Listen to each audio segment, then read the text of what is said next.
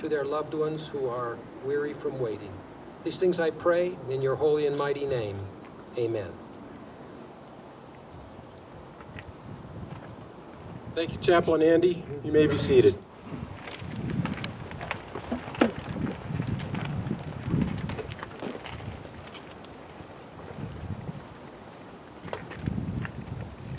Ladies and gentlemen, it is customary on a day of Memorial Day as we are today to get a brief history.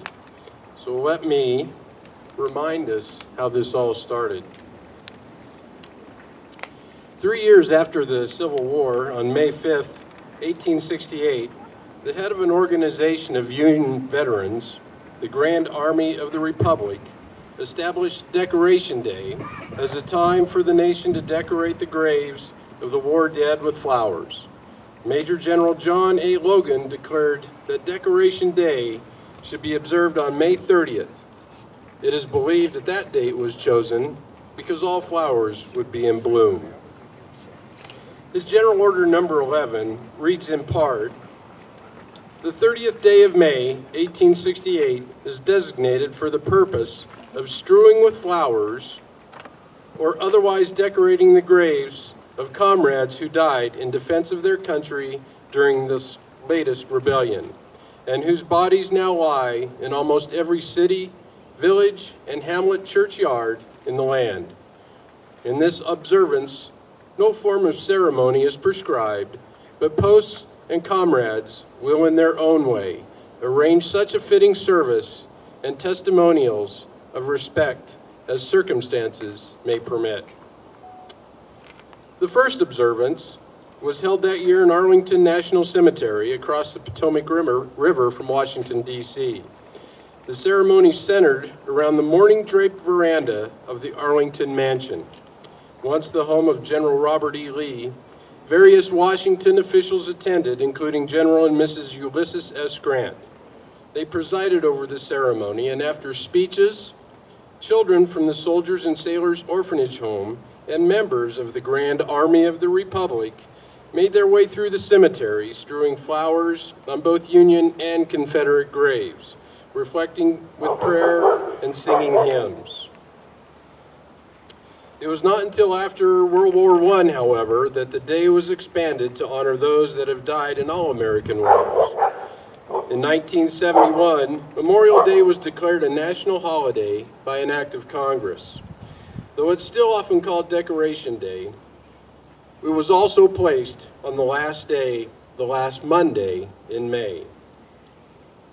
In Special Order 11, General Logan ordered his post to decorate graves with, and I quote, "the choicest flowers of springtime."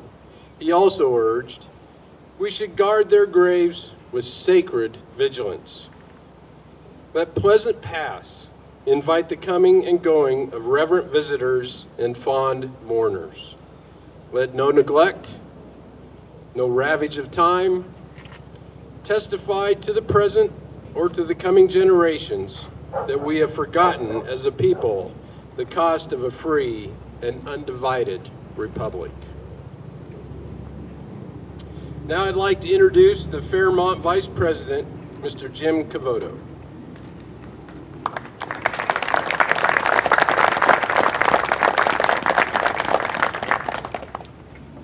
Good afternoon. On behalf of the executive management team and board of directors of Fairmount Cemetery, we're just so honored to host this event today. We, as all of you, honor our war veterans, those who gave the ultimate sacrifice for our nation. For 126 years, Fairmount Cemetery has honored veterans, and I'm not going to be around the next 126 years, but I imagine, I am told, that we will continue to honor veterans for the next 126 years and 126 after that, for as long as this property is in place.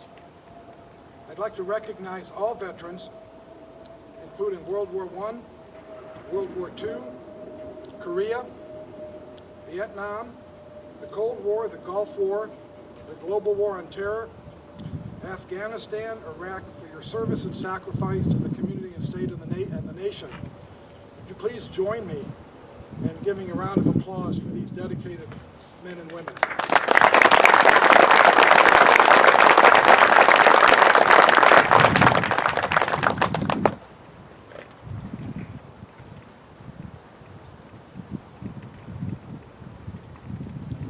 Thank you, Mr. Cavoto. Now I take great pride in introducing one of my best friends.